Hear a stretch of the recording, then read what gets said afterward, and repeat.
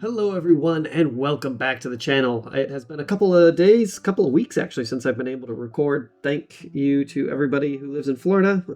I hope that you are all safe and sound. I was with the National Guard for like 2.5 weeks dealing with the 2 hurricanes that struck Florida. But we're back. We're going to be doing a cavalry and monstrous infantry / monstrous cavalry tier list. I included things like the Ratkin Alphas because they act as cavalry for their faction. They're fast enough to be considered cavalry, and they don't really, there aren't enough units like them, like the trolls, like the alphas, that can have their own dedicated tier list. So I just thought, hey, let's put them all together.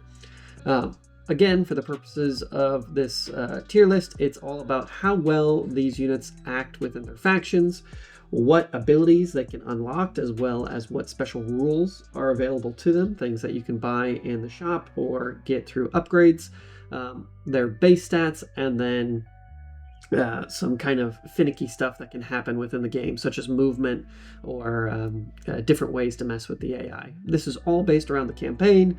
The multiplayer battles might be slightly different. With that all in mind, let's get started with the Abyssal Chariot. Surprisingly, I don't really like chariots too much in general, but I really like the Abyssal Chariot. The Abyssal Armor special rule is incredibly powerful for this unit. It allows it to take on most enemy units that other chariots can't and still have a 2 or 3 up save, meaning that if it whiffs its charge, you just get some bad rolls or whatever, it can stay in the fight and hold those enemy units. Sometimes that's a hindrance, most of the time it's quite good, so A tier. The Dragon Spawn, going into S tier. I was extremely surprised by this unit. I personally don't like halberd wielding units very much, but the Flamer ability, the ability for these guys to each shoot fire, is incredibly powerful. If you can get 4 or 5 of these guys in a unit, they have a ton of wounds, they have a decent amount of attacks, but they can also deal, I don't know, upwards to 10 to 15 wounds with some good rolls with their flame attack. Exceedingly powerful. If you haven't seen my run where I go against the end, the hardest challenge in the game, using the Abyssal Warriors, the Dragon Spawn really carried me through that. Highly recommend. Abyssal Hounds. Now, basically all of the dogs are the same, except that they have their special rules that are available to the faction. So I'm going to place these guys in B tier. The Hounds are pretty good. As cavalry units go, they're okay. And you know what? You'll find that most cavalry units in the game are pretty powerful. It's because they can get themselves extra wounds that they're good. Actually, you know what? I'm going to put them in C tier. They can't purchase any magical items within the shop, which I find kind of strange. Their special rule is okay, but they act as any other hound. If they get an extra attack, fantastic. If they get an extra wound, much better, but that's all, you know, here or there. We'll put them in C for now. Abyssal Knights, also going into S tier. Each one of these guys can easily become a hero unit within the game. Like, they can get 4 or 5 attacks. They won't be able to attack that many times, but I've seen Abyssal Knight units with upwards of 3 to 5 attacks, especially with the Curse Standard. They have just great armor saves. They can deal a bunch of damage. They can hold for a very long time. They're basically just a group of heroes that are you can use as a knight unit. Their replenishment rate is very low though, so if they do get mauled, don't expect them to come back anytime soon. You kind of have to babysit these guys, which almost wants me to put them in A tier, but they're good enough to go into S. The Northmen Horse though are going into I'm going to say C tier. The javelins that they can throw is okay, but they can't get lances, and they can't get great weapons, which are really things that you're looking for on a lot of cavalry units, just because that extra power is so powerful on that charge, and just having the extra power is really good because they normally come with 2 attacks. The fact that these guys can't get those special items is kind of bad. They don't have great skill to start with, so their ranged attacks aren't very good. The C tier seems safe. Moving on to the Dead Nations, we start with the Dire Wolves.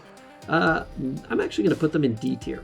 The Dead Nations really do benefit from the reanimated special rule, which these guys are lacking. So you can't heal their wounds, you can't summon more of them, you can't buff their speed, They kind of feel like they're out of place a little bit, but they serve their function fairly well, but they're just not that great.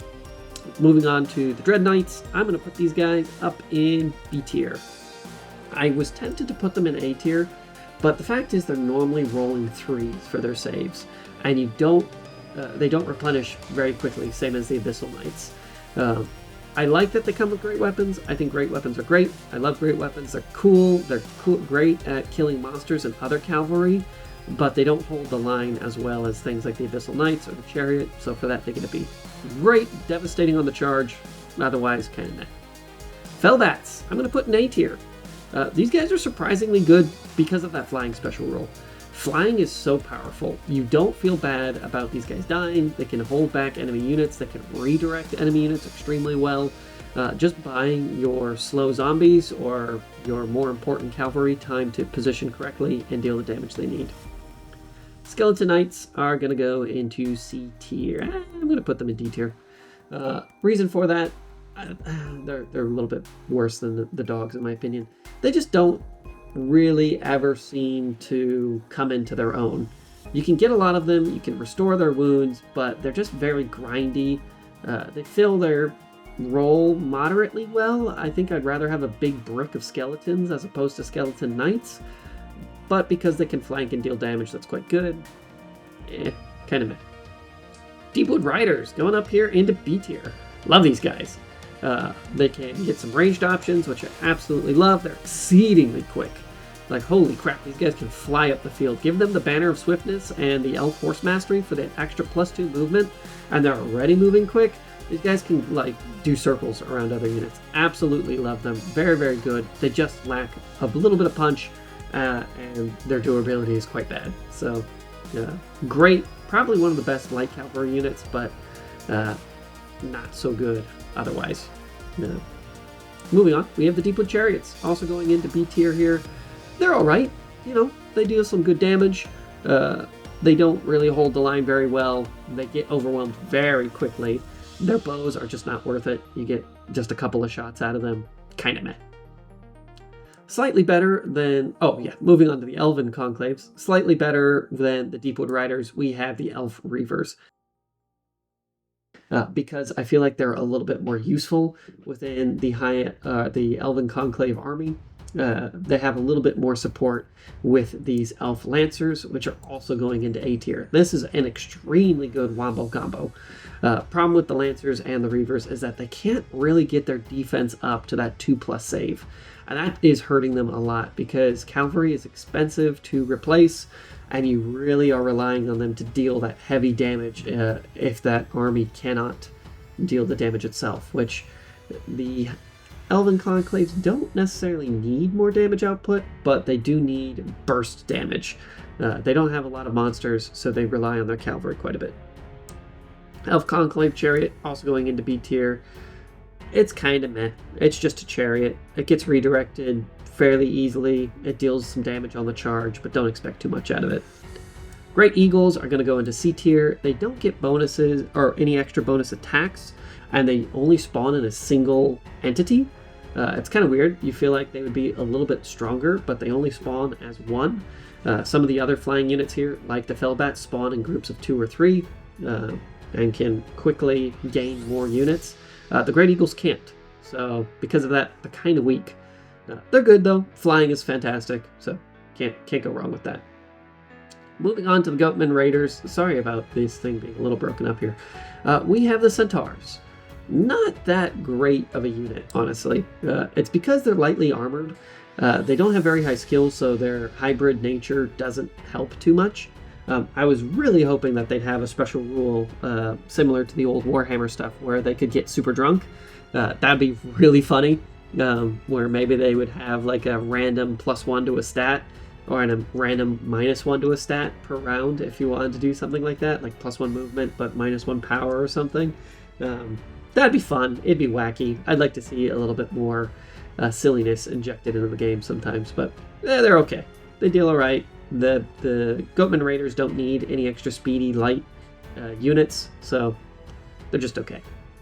Feral Hounds also going into C tier. Because the Goatmen Raiders have the Ambusher special rule on a lot of their units and on some of their heroes, It's not as useful to have very fast light units. The hounds are useful in that they can get into light armored enemies like skirmishers and prevent your guys from taking a lot of damage early, but they tend to bounce off most everything, so meh.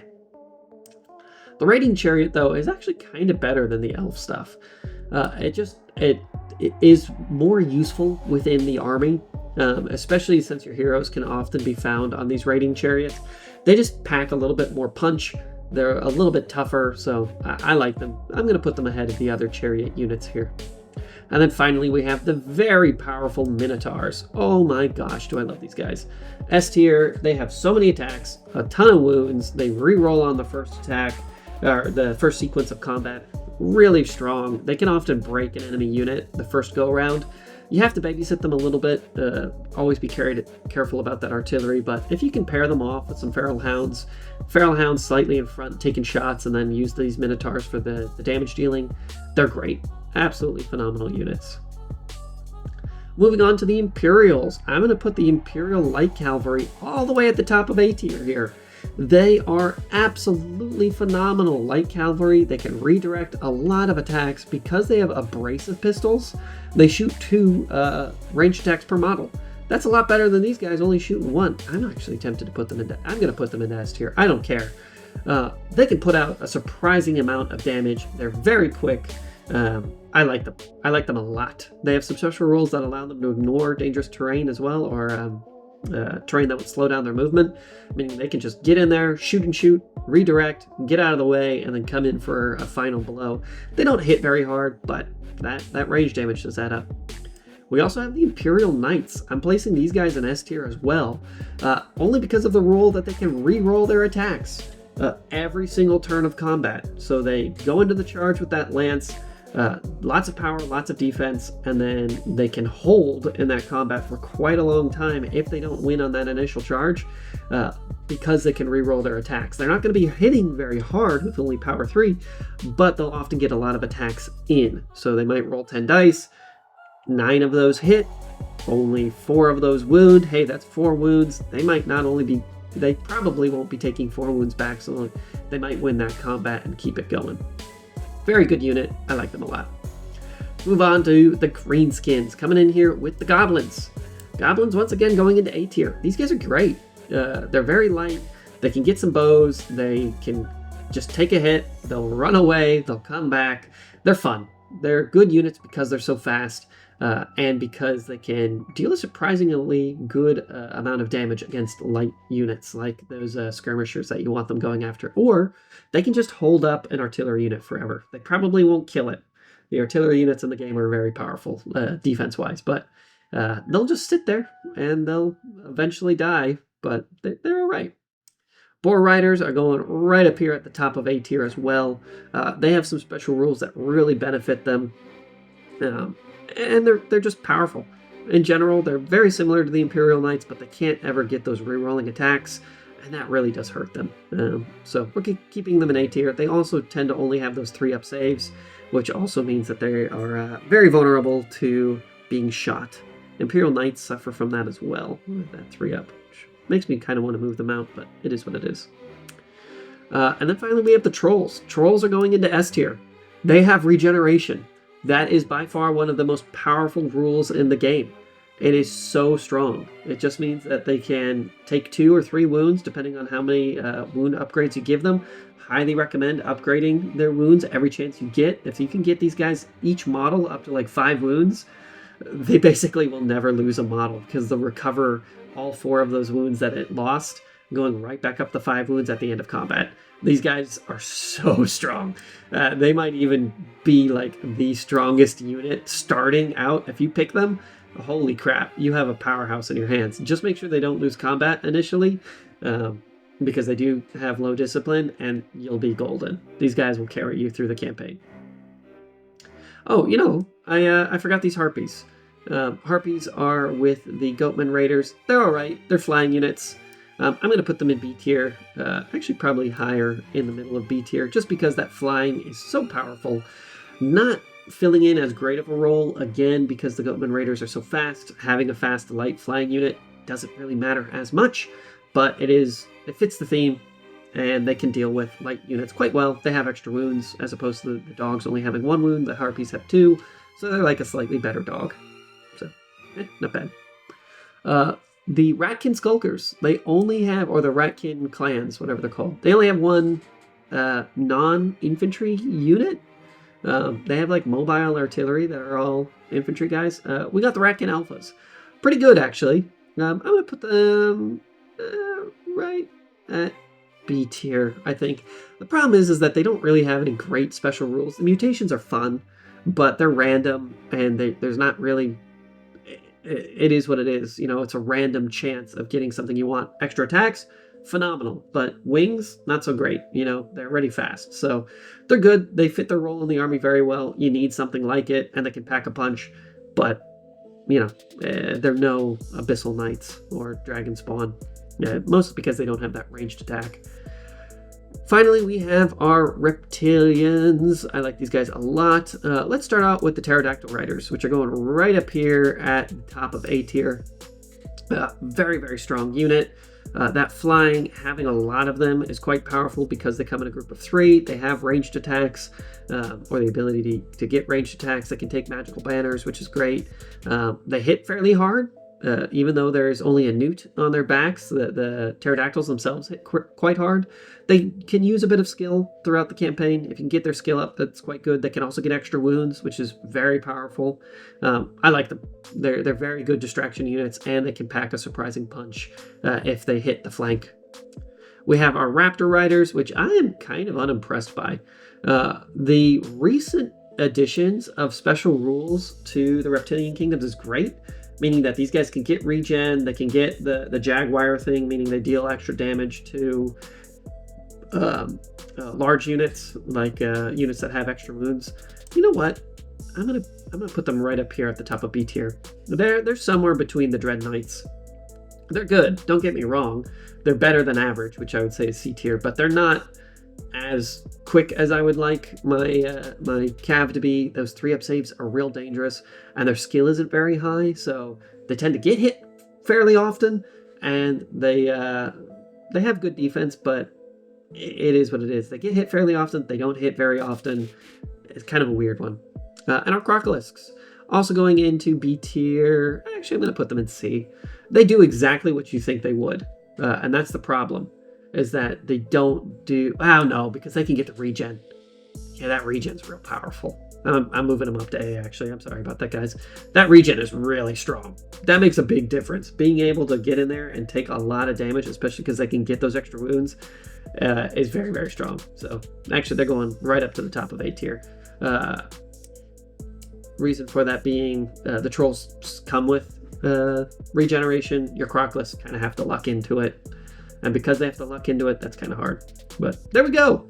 Cavalry and monstrous infantry / monstrous cavalry.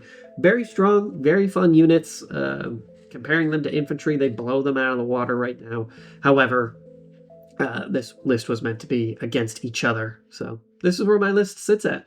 I hope you guys really enjoy it. If you haven't already, check out the Steam discussion. And thank you everybody who has liked and subscribed to the channel. It's awesome to see this thing growing again. I'm really looking forward to producing more interesting videos like this. So talk to you guys soon. Goodbye.